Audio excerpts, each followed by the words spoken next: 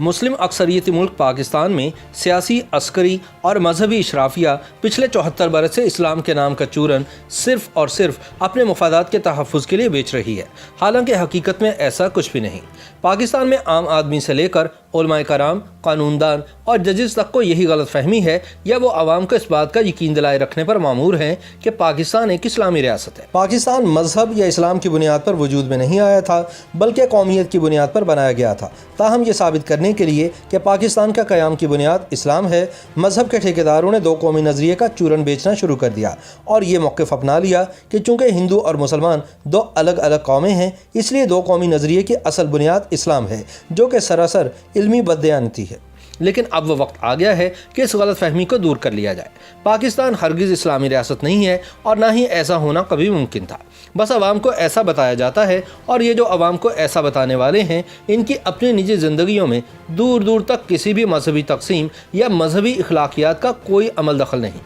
अगर कभी इल्हाद का चूरन बेचकर भी इनकी बालादस्ती कायम रहती हो तो वो इसे बेचने को भी तैयार होंगे। सच तो यह है कि पाकिस्तान में किसी भी हुकूमत के लिए आवाम को सस्ती बिजली, रोज़गार, सेहत और तालीम देना बड़ा मुश्किल काम है, जबकि आवाम के मजहबी जज्बात की तस्कीन करना इंतहाई आसान है। इसीलिए हमारी हुकूमतें क़याम पाकिस्तान से लेकर अब तक आवाम को यही तस्कीन फराहम करने की आदी हैं। तरीका वारदात यही है कि लोगों को इस्लामी रियासत का चूरन बेचकर बड़े से बड़े मसाइल से तवज्जो हटाई जाए।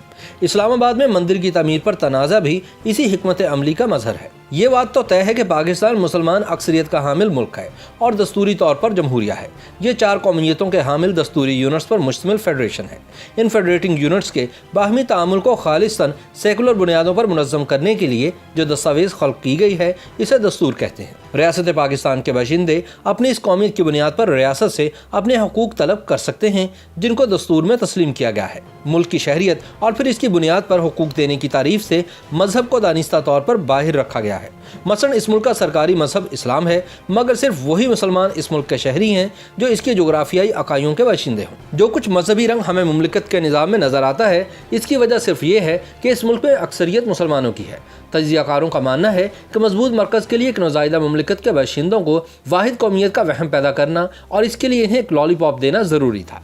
पाकिस्तान के कानून में भले लिखा हुआ है कि कुरान और सुन्नत पाकिस्तान का सुप्रीम लॉ है, मगर जो बात समझने की है वो ये कि कुरान और सुन्नत की वही तशरीह कानून है जिसे मगरबी जमहूरी असूलों पर तश्कील शुदा पार्लियामेंट बतौर कानून चुन ले या मुल्क की खालिस्तान सेकुलर अदालतें इसे कानून का दर्जा दें। अब अगर फुकाहा कराम लाख कहते रहें कि दाढ़ी मुंडा शख्स और फिर इस गुनाह का मुसलसल इर्तकाब करने वाला गुनाह कबीरा का मुर्तकिब होता है और आदिल नहीं रहता, मगर फिर भी ऐसे शख्स को इस्लामी रियासत का सरबराह बनने या बतौर जज मुल्की कवानीन और इस्लाम के मुताबिकत और ताबीर व तशरीह करने से कोई नहीं रोक सकता। इसी तरह सूदी निज़ाम है और ऐसे ही रक्स और मौसीकी से लेकर शराब के सरकारी लाइसेंस देने और 5 स्टार होटल्स में न्यू ईयर पार्टियों का मामला है, जिससे ये साबित होता है कि शहरियों के लाइफस्टाइल में मुदाखलत करती कोई मजहबी पाबंदी बतौर कानून यहाँ नज़र नहीं आएगी। लेकिन फिर भी इस मुल्क के आवाम के नज़दीक चूँकि मुल्क एक इस्लामी रियासत है, लिहाजा एक इस्लामी रियासत का सबसे बड़ा फरीज़ा इस्लामी इक़्तिदार का तहफ़्फ़ुज़ ही होना चाहिए। यही वजह है कि हर चंद साल बाद किसी न किसी मजहबी इशू पर मुल्क के अवाम सरापा एहतजाज होते हैं। हुकूमत पहले खामोश रहती है, फिर अपनी गलती तस्लीम करती है और इसके बाद अवाम के मौक़िफ़ के सामने सर झुका देती है। अवाम अगले जहान के लिए ज़्यादा राह मुयस्सर आने पर इत्मीनान का सांस लेते हैं और इनके इस जहान की ज़िंदगी वापस अपने मामूल पर आ जाती है। इस्लामाबाद में मंदिर की तमीर का मामला भी इसी सिलसिले की एक कड़ी है। नवाज शरीफ की हुकूमत के शदीद बहरान के दिनों में इस मंसूबे का आगाज़ किया गया और फिर तकरीबन 4 साल तक खामोशी रही। फिर हालिया दिनों में जब हुकूमत को पै दर पै आटा, चीनी और पेट्रोल के स्कैंडल्स का सामना था, तो ये प्रोजेक्ट एक बार फिर से मंजर-ए-आम पर आ गया।